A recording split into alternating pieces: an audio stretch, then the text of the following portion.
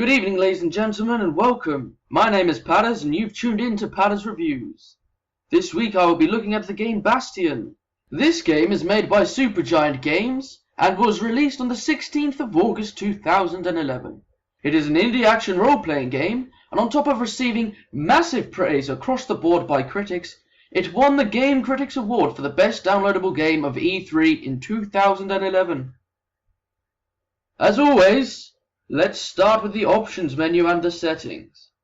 First thing to mention is that all the menus are mouse controlled, which of course is a benefit to any PC game. Within the help and options menu are a range of choices. First I will look at the controls menu.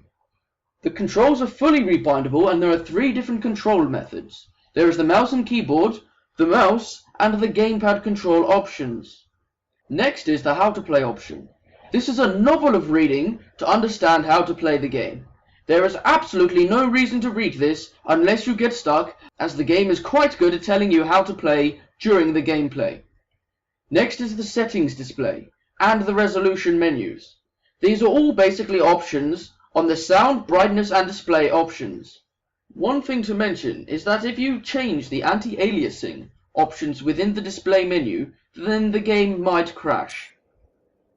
Now, as the award mentioned earlier might indicate, the game was very well received, especially by game critics themselves, and it is obvious to see why once the game has been played for a small amount of time. To kick off the best parts of this game, I will have to first note the story and the world in which the story takes place are some of the best that I have ever seen, especially in an indie game. The story's progression works really well, as you do not feel that you are doing things just to prolong the game experience. The narration for the story is also the best that I have heard for a long time, and works so fantastically well at storytelling that even for someone who believes story is secondary in a game, I found myself understanding that story can indeed make a game great, and has done so here. The range of weapons and upgrades and enemies are not to be scoffed at either, offering quite an interesting way of upgrading your weapons to one of 2 choices on each level, which makes the weapons have different stats. And the game introduces new weapons constantly throughout the game, so that you will not get bored of using the weapons available.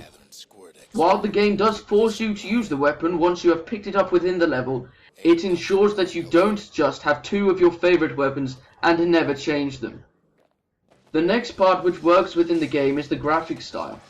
This works well with the narration to add to the world development. The graphics are cartoony but have really high quality animations for the most part and run really smoothly. The last great feature that I will address is the replayability.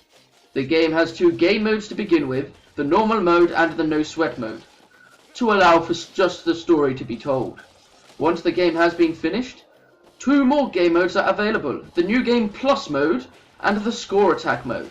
The New Game Plus allows for the new game to start, where you can keep the old weapons and upgrades and experience that you achieved in the last game, but can also go through the game again. Secondly is the Score Attack mode. In this mode, there is 100% of the weapons available, and also the idols and everything else. What happens here is that you can replay each mission to try and get to the best score to get to the top of the leaderboards. On top of the 4 game modes, the game has a feature called Idols, which makes the enemies tougher for a harder game. This is the final part that really extends the gameplay. Even with all the great parts of the game, there are some features of the game that did not work quite so well.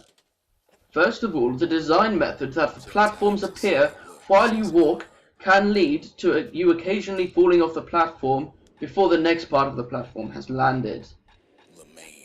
This is only a minor inconvenience in relation to the game, but it is something that I found quite irritating as I went through the game. The next problem is the way that you will find yourself falling off the platforms all of the time. This is most likely due to the fact that I am not that great and requires getting used to. But even after the game has been finished and on the second playthrough, you will still be falling. The next problem that the game suffers from is that sometimes the enemies can get stuck behind the scenery. This is a problem that makes the game easier, but is something that I do not like all that much. The final part that I don't like a great deal is that some of the animations, while high quality in most aspects, sometimes get stuck in one position. This breaks the immersion a little bit. And with such a story-driven game, the immersion is integral to the enjoyment of the game. This game is one of the best story-driven games I have played this year. The ability the game has to draw you into the world is parallel to none, and it will have you play through the whole game in one sitting if you have the time. The game deserves a great deal of credit, and is fully worth the £11.49 that is priced on Steam currently. If you don't mind waiting, and you already have so far, so it won't take that much longer, the game has been on offer on a few Steam sales and a few other bundles, such as the Humble Bundle, and it is likely to be on another one soon enough. Thank you for listening. My name has been Padders, and thanks for tuning in. If you like this video, please like and subscribe, and if you have anything to say, please add to the comments down below. Next time I'll be looking at the game called Conquest of Elysium 3. This is a turn-based strategy game by the studio named Illwinter Game Design. Thank you again for watching this video. See you next time.